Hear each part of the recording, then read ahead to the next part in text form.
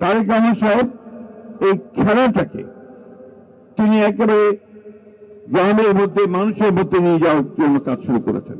শুধু তাই নয়, এই খেলা যারা খেলোয়াড় তারা যেন পেশাজীবী হয়ে ওঠে খেলাকে নিয়ে, সেটাও তার মাথার মধ্যে রয়েছে এবং সেই লক্ষ্যেও তিনি কাজ শুরু করেছেন। কালকে ভাতা দেওয়া হয়েছে বা সম্মান করা হয়েছে, এটা বড় কথা নয়।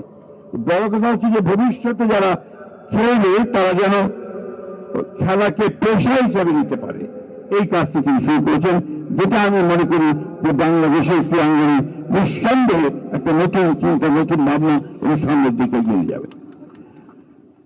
প্রিয় ভাইয়েরা, পাঞ্জাবের জগতে একটি বিশ্বস্ত নাম শাবাব এথনিক ওয়্যার। আমরা খেলাধুলাকে আমাদের অন্তরে ধারণ করি।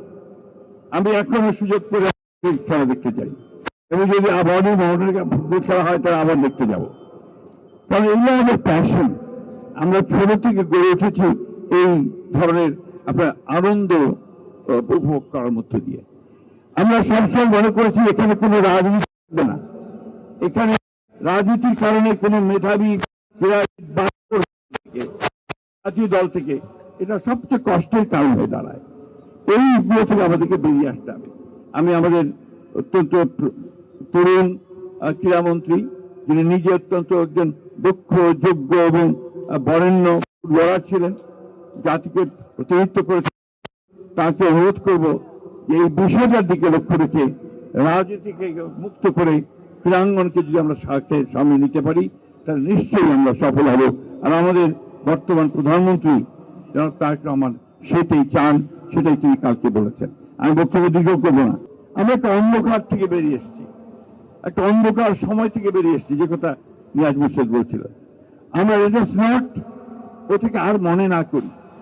আসুন আমরা নতুন স্বপ্ন দেখি, নতুন আলো দেখি এবং নতুন সূর্যের মধ্যে দিয়ে আবার ক্রীড়াঙ্গনকে নতুন করে সাজিয়ে নিই। সেটাই হোক আমাদের একমাত্র লক্ষ্য। মোহামেডান ক্লাব অনেক ভালো করবে।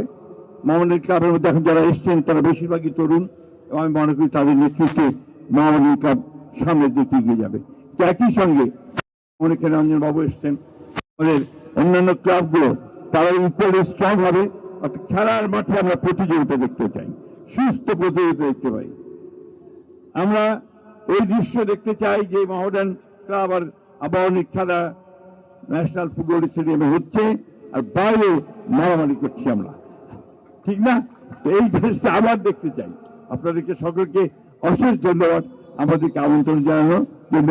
আমাকে বিশেষ করে ধন্যবাদ আপনাদের সকলকে। আসসালামু আলাইকুম।